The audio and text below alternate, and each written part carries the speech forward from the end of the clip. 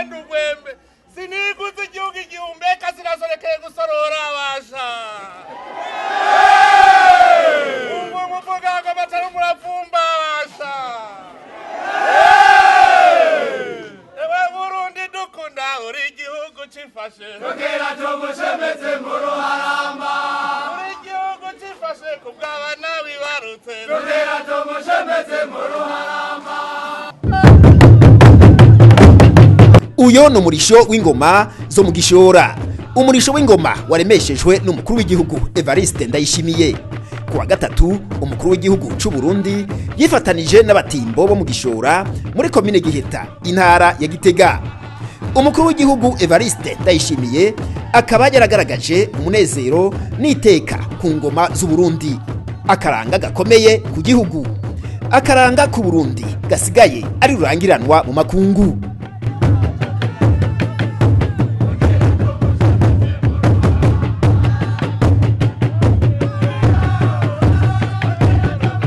Imbere yo kuremesha uyu murisho w'ingoma, umukuru w'igihugu yari yabanje kugendera ikirimba c'izo ngoma z'u Burundi, akaba yasigurirwa ingene ico kirimba c'umwami Mwezi Gisabo cashinzwe hamwe n'igituma izo ngoma zahawe ico kirimba. Umwami rero acavuga ati jewe rero ubu ko mbonanye n'ingabo zanje nkaba ndahakiriye ngomba ndazigaburemwo imigwi ine, umugwi wa mbere uce wubaka mu Gishora sindosubira kuhava, umugwi wa kabiri ucukurikira babasi babicire mu Ruyigi mu Bweru ntibaze bagaruke kungorera ngaha mu Gishora, umugwi wa gatatu ucugenda Muramvya banzanire Kargenda na Rukinzo kuko aho umwami abaye wahasanga iyo Kargenda na Rukinzo zari zifise ico zisigura mu mateka y'umwami. Umugwi wa kane ari wo wanyuma ati genda kwiraro rikuru Muramvya munzanire inka zibiri, imwe yitwa Ruciteme iyindi yitwa Murimigwa, imwe ni imfizi iyindi ni nyana, ingabekazi.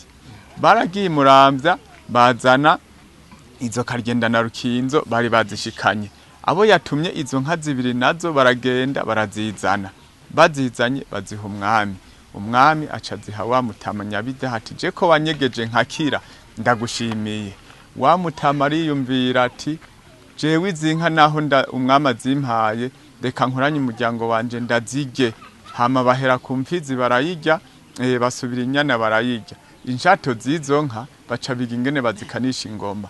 Inka yitwa Ruciteme uyu munsi ingoma yitwa Ruciteme, inka yitwa Murimigwa umunsi iyo ngoma yitwa Murimigwa. Izo ngoma zava ngaha zigenda Muramvya ku muganuro zikavuzwa mwijoro mu kwezi kwa12 rimwe mu mwaka, zikazosa kuvuzwa mwijoro rimwe mu kwezi kwa12 rimwe mu mwaka. Izo ngoma rero Ruciteme na Murimigwa zimaze imyaka 119, zikaba zasohoka ku munsi w'umuganuro gusa, akaba ari mu gihe cya cami ariho zavugirizwa.